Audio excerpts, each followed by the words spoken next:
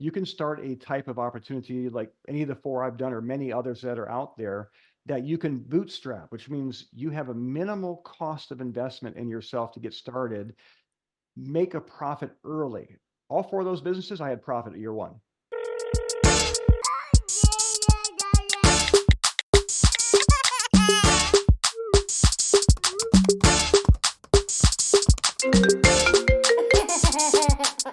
And it's a ticket talking Mazda for the biggest. That's a comma and a comma and a comma. Gotta get it. And it's a ticket talking Mazda for the biggest. That's a comma. Hey, Steve. Nice to meet you again, Mr. Steve Combs. Hi, Saríce. Good to be back with you. Yes, we met the other day and we had such a fascinating intro, and I didn't want us to talk for hours and not get this recorded, so now it's official. Yeah, I loved having chats with other entrepreneurs, and it's great to be back with you, Saríce. Yeah, and an experienced entrepreneur like yourself with a large family. So let's get into it. Tell me a little bit about your background. Sure. So I am a serial entrepreneur. I've had the fun of both succeeding in business and failing, and that's pretty common with entrepreneurship. You take Of risks, course. and you sometimes make it, and sometimes you don't. Thankful the last four businesses I've started have all been successful, profitable businesses. The family situation is I have a larger family compared to some here in the United States. We have seven kids, and we've raised them, homeschooled them. Actually, I should say my wife homeschools them. She's the real champ and miracle worker in our family. But with her support, it's allowed me to be a successful business person, and she's also a successful business person in her own right. So we both work alongside each other from home, which is my lasting goal since I was probably, a young teenager, was to have a successful business I could work from anywhere I wanted to, not be tied down to a desk or a cubicle. And that finally became reality back in 2009 for us. Wow, amazing. And let's talk about that. And I totally agree. It can be really maybe demoralizing just a bit when you have a business that doesn't take off is exactly like you wanted. I was there last year where I had like this great idea, and then but it's amazing how you learn from those experiences. So tell us a little bit about how your failing later led to your successes. Yeah, so I guess one of the big failures for me was when I was younger, I was in the IT world. So I was a computer programmer, database analyst, did a lot of that kind of work. So when I was laid off from a big corporate job back in the dot-com bust, I guess it was like 2003. I said, I'm going to take what I have there, and we're very active members in our church. And so I wanted to develop a database for churches to track membership, those that have church bus ministries to be able to track riders and attendance and things like that. And so I developed a database that our church used for many years. I wanted to make that into a business that helped churches with the software. I did a good job with the software. I didn't do a good job at all with the getting myself out there in front of churches who wanted to purchase the software. There's a marketplace for it, but I really failed utterly at actually getting it out there in front of people. You do have to sell. To be a business owner, you have to, in some way or another, sell what you have. And that means, number one, you believe in what you have, which I did. But number two, you actually have to take the action steps that get you in front of people who are your ideal clients that you know you can help, and be able to present that in such a way that, yes, I will raise my hand, I want this, and are willing to not just raise their hand, but open the wallet per se, and give you money for that. And that was a learning experience. And I ended up going back to the corporate cycle for several more years before I finally started a business that was successful. And that was one of my, probably my biggest quote unquote failures. But it wasn't really a failure when you think about what is failure. Failure is quitting. What's Right. really a failure is when you give up on yourself. So you take the learning experience from that and you just keep on growing. So I learned a lot, and I've learned a lot since. So I've been able to take that and parlay that into several successes. And it's really, here's a big thing, Cerise, for a lot of people. It's the mental game we play with ourselves. We think Definitely. we think we're going to never get this down.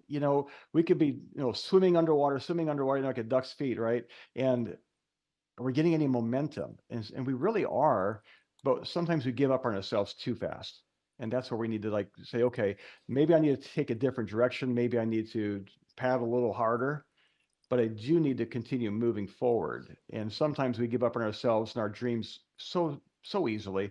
and we just needed backup. And that's why it's good to have maybe somebody in your corner who's a close friend or a trusted mentor, advisor, especially somebody who's done something like what you're trying to achieve, and get Right. their input and advice and support. That helps so much.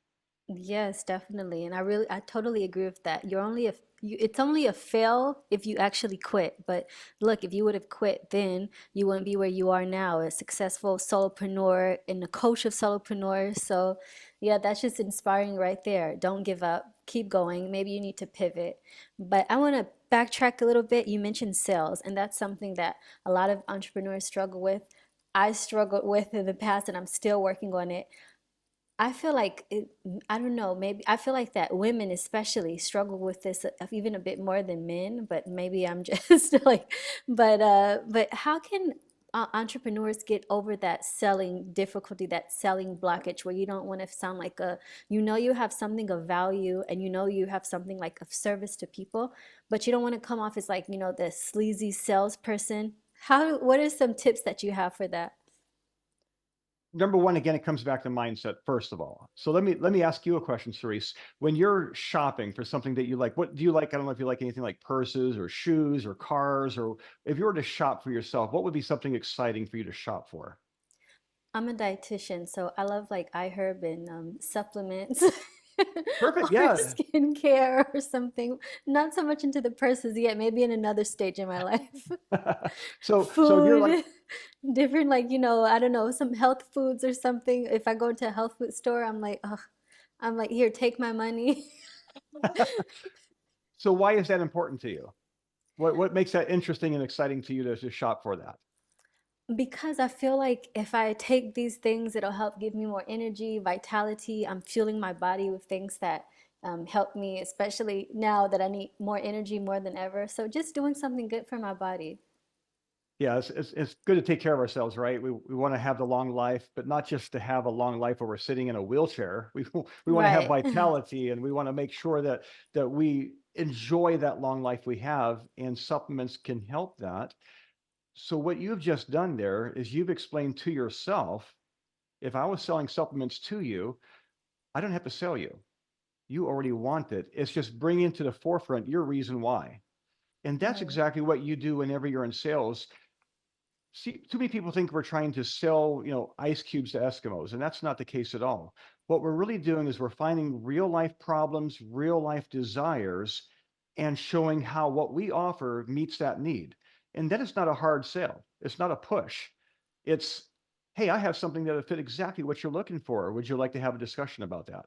This is what we can do for you that would make a difference in your business, in your life, for your family. And some things like, for example, right now I'm a life insurance guy. I've run 4 successful businesses, and just to kind of list those for the audience, I started my first successful business was copywriting, not like copyright a book, but rather writing the actual marketing words that you would get what we call junk mail or junk email, maybe because they're sales letters, but good sales letters. Hey, you want to read them. That's copywriting. That was my first successful business. Then I became an instructor and teacher and coach, not just in copywriting, but in solopreneurship itself, which is, I have the tagline Solopreneur Coach. You can find that at the Solopreneur Coach website, solopreneurcoach.com. I've also done e-commerce, arbitrage. That's buying low, selling high. So you're taking advantage of differential in the marketplace. And I've sold on Amazon and eBay. That was my third successful business. My current one is life insurance. And out of those four, writing gives here's what the folks that buy that product is, or actually that service. It's not a product, it's a service really. They are buying better sales. So they're improving their sales. They're actually improving their ROI, which is your return on investment. If they're spending $5,000, $10,000, $20,000 with me to write copy for them, they're expecting to make a lot more money from the copy that I deliver. That's the goal.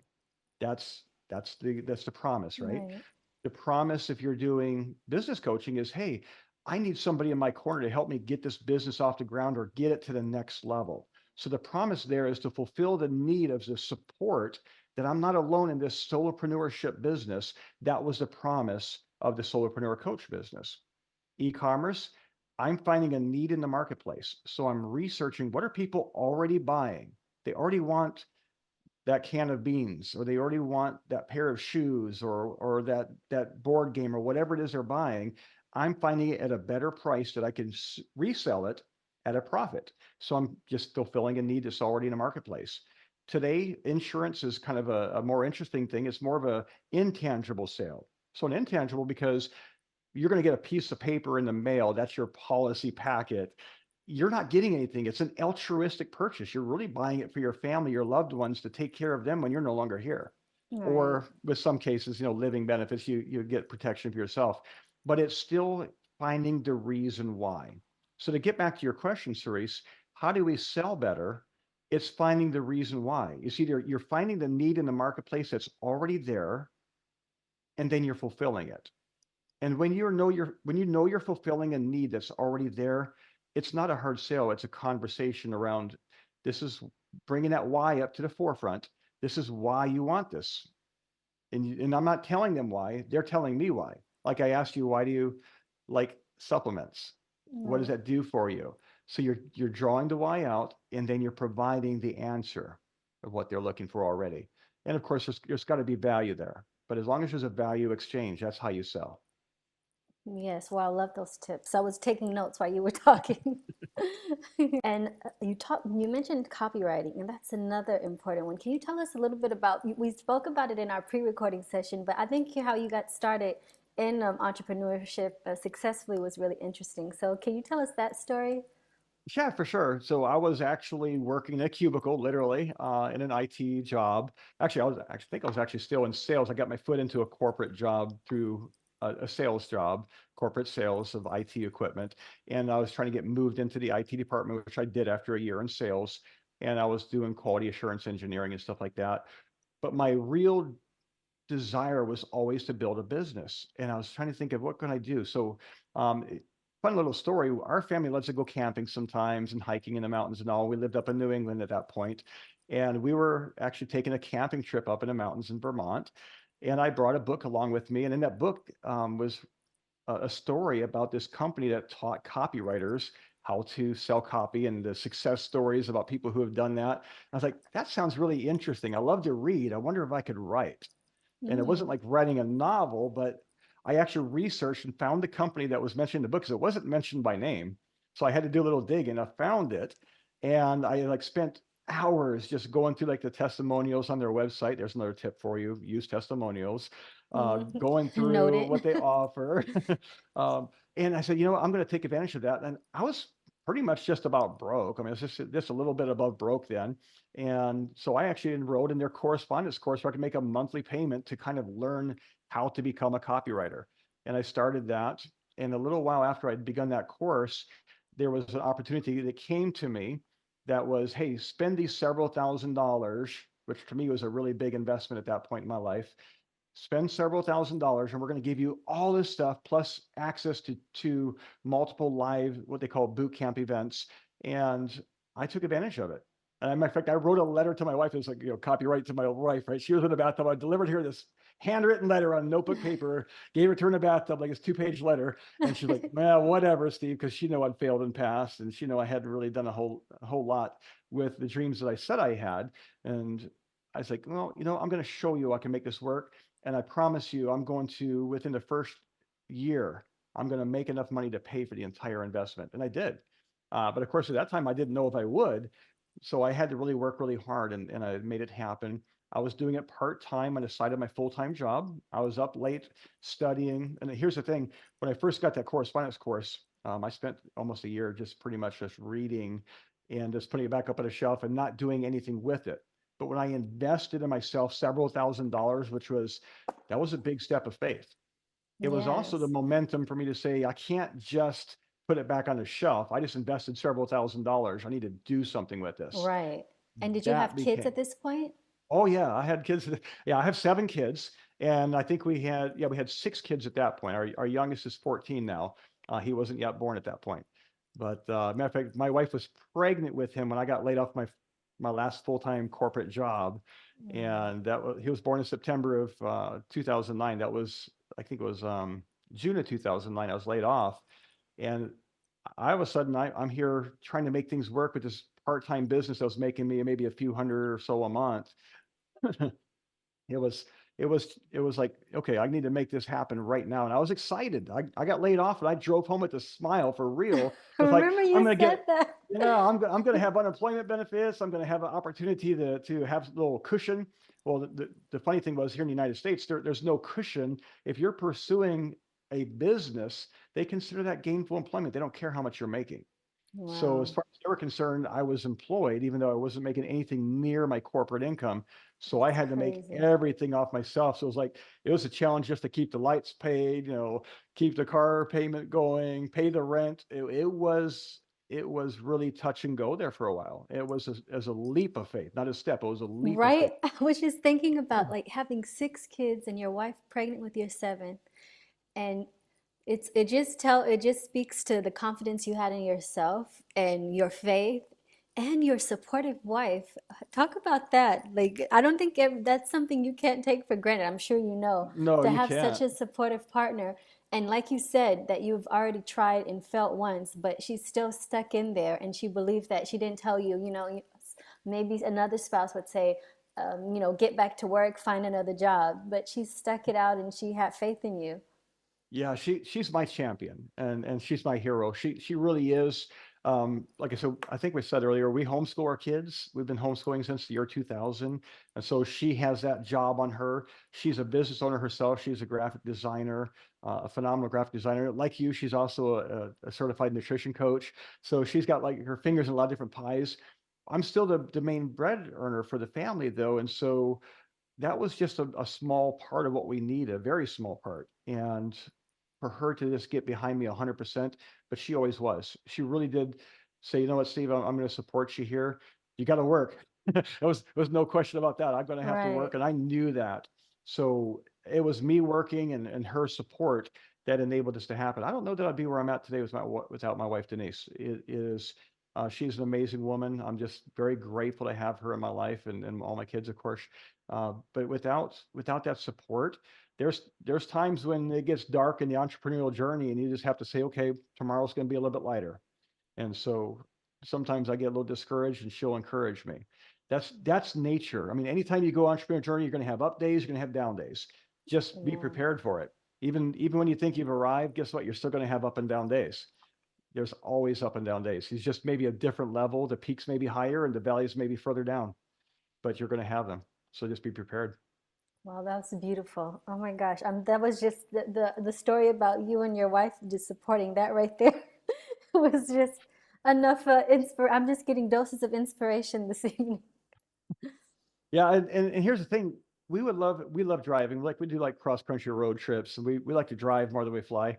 So we will drive and we'll have conversations in the car or listen to audiobooks and get ideas. And that's my biggest dreaming time is when I'm Wow. doing road trips. I'll be thinking of goals and ideas, and I'll discuss them with Denise and say, hey, jot this down for me or text this to me because I'm like driving, so she's like a text to me.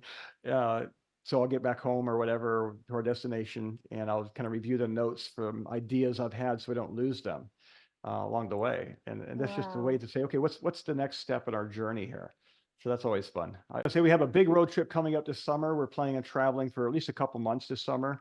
And with the work Cool. we do, what's important for me was to have flexibility. So all four of the businesses I've ever had that were successful, the copywriting, the e-commerce, the coaching, and now the insurance, they have all been solopreneur positions, which means that I don't have a staff. I've hired out contract, but I can go anywhere if I have internet, a computer, and a phone, I can work from anywhere in the world. And that means I can travel when I want to. Let me give you a true story. This is really important. This is something your audience should hear because you can start, a restaurant and have a big investment and an outlay and be big time in debt. And then you got to crawl out of that debt to even be successful. And that's why so many businesses fail the first 3 to 5 years. Or you can start a type of opportunity like any of the four I've done or many others that are out there that you can bootstrap, which means you have a minimal cost of investment in yourself to get started, make a profit early. All four of those businesses, I had profit at year one. You want to have a profit early so you can put money back in your pocket. Now, yes, you have to reinvest in your business. I'm not saying take all the money and run. You got Yeah, to for reinvest. sure. But if you have the flexibility to work from wherever, then here's what you can do. And this is a situation that happened in my family. My mother-in-law got really sick. It was when I was still in just a copywriting business, um, about 10 years ago. And we were living in New Hampshire. She lived in Florida. Well, my wife got a call. It was from her sister, said, "Hey, mom's in the hospital. She's got some kind of internal bleeding. Don't know what's going on. We don't even know if she's going to make it." So we got Denise on a plane right away, flew her down to Florida. And then I got the boys together, and we got in the car the next day and drove down to Florida. We packed enough for, like, a week. We thought we might go down there for a week and there to support my mother-in-law. And by the time we got down there, they got the bleeding under control, but found out she had massive internal cancer. Mm. So instead of a week, we ended up staying there for 6 months. We actually, for a while, slept on the floor of my sister-in-law's apartment, or house, actually. And then we got air mattress and all. We stayed with our sister-in-law for 6 months while my wife was able to be there for her mom to Wow. support her through chemotherapy. And I just worked there. And by the way, my income increased while I was in Florida for 6 months on the spur with Yeah. no notice, a no notice trip. And yet my income increased. And that's because you establish a business that you can grow from anywhere, and it gives you the kind of flexibility that really allows you to be there for your family when they need you. That's the beauty of these kind of businesses. You can't get that with a restaurant or something like that. Maybe you can if you grow it to the point where you have a dedicated staff and management that can handle it for you, but that's usually years into the business. Every one of my businesses, I can go from the beginning. I can travel when I need to. I can travel when I want to. Now, I can't just take off all the time in the world and not work my business, or it's going to fall. You have to put the time in, but you have the flexibility to design that time with your business, and do what you need to do. So that's Right. important, to your decision of what business type. That's really important. Definitely. Those are definitely goals. That was the main thing that I wanted. Like your wife, I wanted to be able to be home with the kids. Well, me and my husband wanted, we didn't want our kids to, especially my son isn't even 2 yet, so I didn't feel comfortable sending him to strangers at that age. And I don't have any family members, that I could. So that was one of the things where I said, I've always wanted to be an entrepreneur and start a business, but after I had my son, that's what really motivated me and said, okay, I'm going to do this. What do you think the difference? Because I feel like a lot of entrepreneurs, a lot of people call themselves entrepreneurs, but they're actually freelancers. Like I was a freelancer before I had a son. I had clients that I didn't go to it, 9 to 5. I was part time at a business at a 9 to 5, and then part time I had clients. But I feel like freelancing, selling your time for money, isn't as entrepreneurial as people think it is. So can you speak to That's that, the difference between a freelancer and an entrepreneur? I'm so glad you brought that up. Yeah, you can work yourself into a job without benefits as a quote unquote entrepreneur. That's a freelancer. That's when you have like one or two clients and they're the vast majority of your income. And I've been there too, even in copywriting, six-figure income, but the vast majority, I'd say 80 to 85% of my income coming from a single client. Then what really happens there is, number one, you don't have the same benefits as you would with a W-2. Here in the United States, W-2 is Right. like a fully employed job. You don't get all the coverages that you might have through an employer, and you don't get the unemployment benefits if something happens. They can decide at any day, hey, I don't need Steve, I don't need Saríce anymore. Nice having you here, but we're going to let you go now. We don't need to hire you anymore. And then all of a sudden you're out hunting for a new client to replace a very significant chunk of your income. And that's a level of stress that is not fun to have on you. And that was actually part of Definitely not. the impetus for me to reconsider, I should say, how do I have my businesses structured? Because I realized that I was like at risk. My entire family was at risk from a single client. It's not bad to have big clients, but maybe have like 4 or 5 clients that give you that significant income, and then not just one in all your eggs in one basket kind of situation. So that's the freelancer model. Is I'm reliant too much on a single or maybe 2 or 3 clients. But you have like 4 or 5, 6 clients that are regular, like retainer, or you have a type of business that is not reliant upon a single purchaser, buyer of your stuff, whatever it's services or products. If you can do that, that'll allow you to have the flexibility to not be concerned about one person disappearing on you. And then your Right. income goes into the tank, because that's a stress level we don't need as entrepreneurs. Right. We have no stressors without that. Exactly. I realized that here during COVID. And like you said, you realize, wow, I don't have the cushioning of, I don't have sick days or, like if COVID, they say we can't come to the clinic right now, or we can't work right now, see people can't come to see me. So it was just a rude wake up call. I said, wow, like I need to rethink this business model. Like I'm not really an entrepreneur, I'm a freelancer. So I'm glad you made that differentiation. Yeah, it's a big mistake a lot of entrepreneurs do make. It's like, oh, this is great, got this great income, and they have flexibility. Maybe they have flexibility in schedule, like I did with my client. Yeah. But it's still you're a risk. You have to mitigate risk by expanding your client base. Mitigate risk, exactly. That's something that some people, entrepreneurs forget to do. Because yeah, I thought I was living the dream because I like set my own hours. I could work wherever I wanted to. But yeah, that mitigating the risks. All right. That's really what insurance is, right? It's mitigating risk. I talk about that word quite a bit these days. Same thing. It's all Yeah, about protecting. You want to protect yourself. definitely. And let's shift over to family life with all the business that you guys are doing. Your wife's an entrepreneur, you're an entrepreneur, and you have 7 kids. How do you make time for like work-life balance, or if that's even a thing? I'm glad you added the last part. A lot of times that's not a thing Yeah. because what you have is you have seasons of busyness. Sometimes you have a season where you have to just put in a lot more time and effort into growing the business. And that takes the support of your family. Like I had the support of Denise to, hey, I'm in a busy season right now. Actually, I'm 53 years old today. I'd say the last 2 years building this insurance agency has been the busiest work of my life. Literally, even though I've had all these other businesses, this is the busiest I've ever been in my entire life. And I'm excited for it because the opportunity that's here for me and my family is worth the effort. So we had to make an active decision. Hey, I'm going to put the time in here, but we still need to make sure we maintain our relationships. So one of the things that I do, of course, I don't have it in the room. I have it in the bedroom. I have a book that I write my goals out every single day, as well as current focus activities. Mm, One of the lines that I have on the current focus activities is weekly date and family fun time. I make it a point lovely. to go out. Like this week, Denise and I went to a movie. We're going out to spend time with friends. Our family's going to visit some other friends at the end of the week, and this coming Friday. Next Tuesday, we're going to a Voctive concert. Our whole family's going out to a concert in the evening on Tuesday. So we're making time to do fun things as a family together. Later this month, where my son he started a YouTube channel. He's a young entrepreneur. He Oh, started a awesome. gourmet nuts business, and he has a YouTube channel.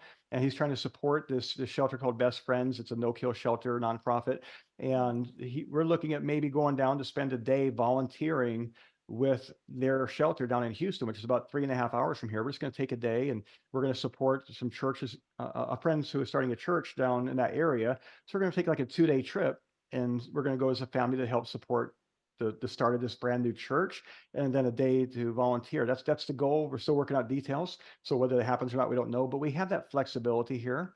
It's only a couple of weeks away, but this is something we're just discussing this morning as a family. It's like this is something we'd like to do. Let's see if we can make that happen. And you have that flexibility when you run your own business. That's flexible. So Right. And you're that's what we're intentional doing. about it. You're like Yes. intentional and you schedule it in. I like that. That's a good It's tip. on the calendar. If it's not on my calendar, it's probably not going to happen. All those events, I even know the two I can days, relate. even those 2 days, it's marked on my calendar right now. So it may or may not happen, but right now it's marked on my calendar so I know about it and it's top of mind. So we're working towards that goal for see if we can get into volunteer with them. And if we can get into volunteer, we're going to make that trip. So Wow, awesome. And you mentioned that one of your sons is an entrepreneur. That's so cool that you guys, that's their whole life, but you've been modeling entrepreneurship to your children. So are some of your other children showing entrepreneurial spirits or tendencies? oh yeah, we have 6 boys and 1 girl. Our girl's our second oldest, and she's a cottage baker. So here in the state of Texas, where we live currently, she's in Texas also, and she's a cottage baker. So she bakes cakes and cupcakes and things like that under a rule that doesn't require a commercial kitchen in the state of Texas. And she's doing Mm. really well with that. She's got a lot of clients that come to her through like Facebook Marketplace, and she goes to events and things like that. Matter of fact, her and our son Jeremiah, our 14-year-old, who's our youngest, there have been events together where she'll sell like some of her baked Oh, goods and he'll sell his gourmet nuts, and he'll make like several $100s a day, which is fantastic for a 14-year-old, and he yes. loves it. So they're having a lot of fun doing that. I've got a son who just turned 22 this month, and he is actually the person who got into insurance before me. He's the one that got me interested in it. He has a Oh, 7-figure business already. Going to be 8-figure probably this wow. year. I think by the end of this year, he'll actually be a legit millionaire himself. So he's a go-getter. But we've got other kids who, even though they're not entrepreneur per se, they have learned the means of having a thought process that is, I can do what I put my mind to. I have a couple who are looking at like doing full-time ministry, for example, Mm, Christian ministry, and they're traveling and going on missions trips and helping churches. To them, that's important, and we support that, and they can do that because they take a mindset of not just working a job, but doing whatever it is that God calls you to do in your life. And for them, that's really important. And it is for me too, of course. So that's how we raise them, and to have that mindset of, I can do whatever I put my mind to. And those listening to this podcast, I hope you'll put in your mind, I can do whatever I put my mind to. I can do this. yes. Amen. So tell us a little bit, do you plan on scaling? What are some of the future goals that you have in mind? Or you mentioned also that you have a podcast coming back when we were in the Yeah. pre-recording. Yes, I have a podcast called Solopreneur Success, and it's still available. I've got like 57, maybe 57 episodes out there already. Mostly interviews of other successful solopreneurs or those who support solopreneurs. Some of them are solo episodes, and I'm looking forward to coming back with more episodes on that. But in that same website where that support is at solopreneurcoach.com, you'll see one of my big goals is to help 1 million entrepreneurs start and grow their own business by the end of this decade. That's 6 more years. That's a monster, big, scary, hairy goal, right? But that's something Yes. that I believe is possible. And I'm doing it in different ways. I'm doing it through speaking to people like yourself. I speak in front of live audiences. I coach people. I'm not currently directly coaching individuals, but I'm looking at bringing back that community that I have called Solopreneur Success Connections. It's a free community. You can join it and take advantage of the past trainings we've done. We're going to have more coming up. It's on the same website. Through my agency, I actually hire agents and help them start their own business. And I'm not hiring them as an employee. I'm hiring them as somebody I'm willing to support into growing their own agency.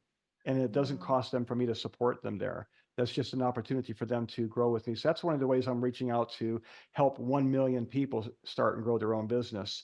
So that's a really big business. And as far as my own personal business goals, I do want to get back to coaching because I love coaching. I've kind of put it on back burner for the last 2 years almost because of the insurance business has been so busy. But this summer, I'm kind of getting back to that. I mentioned to him, I'm traveling.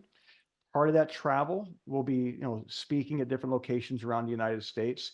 And I enjoy that. I enjoy having conversations with people and helping them to see what's possible for themselves. So I'll be doing that and doing some help at both kids and adults doing entrepreneurship.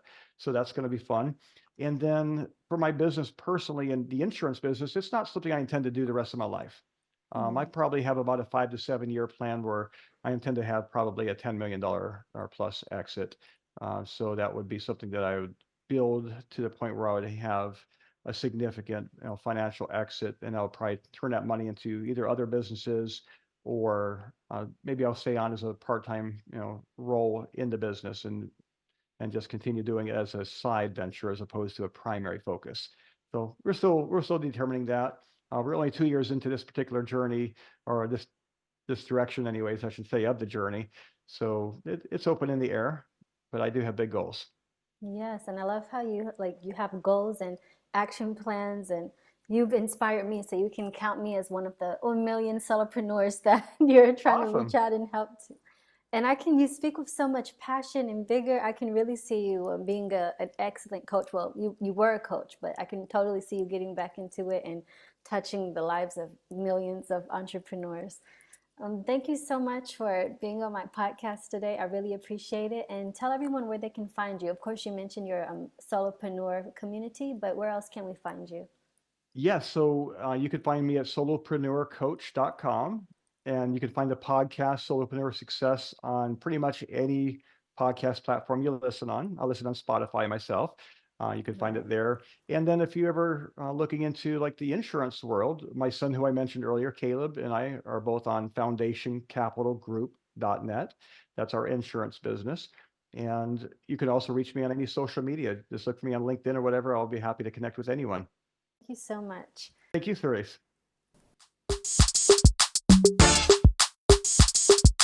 And it's a ticket talking Mazda for the biggest. That's a comma and a comma and a comma. Gotta get it, get it. And it's a ticket talking Mazda for the biggest. That's a comma and a comma and a comma. Gotta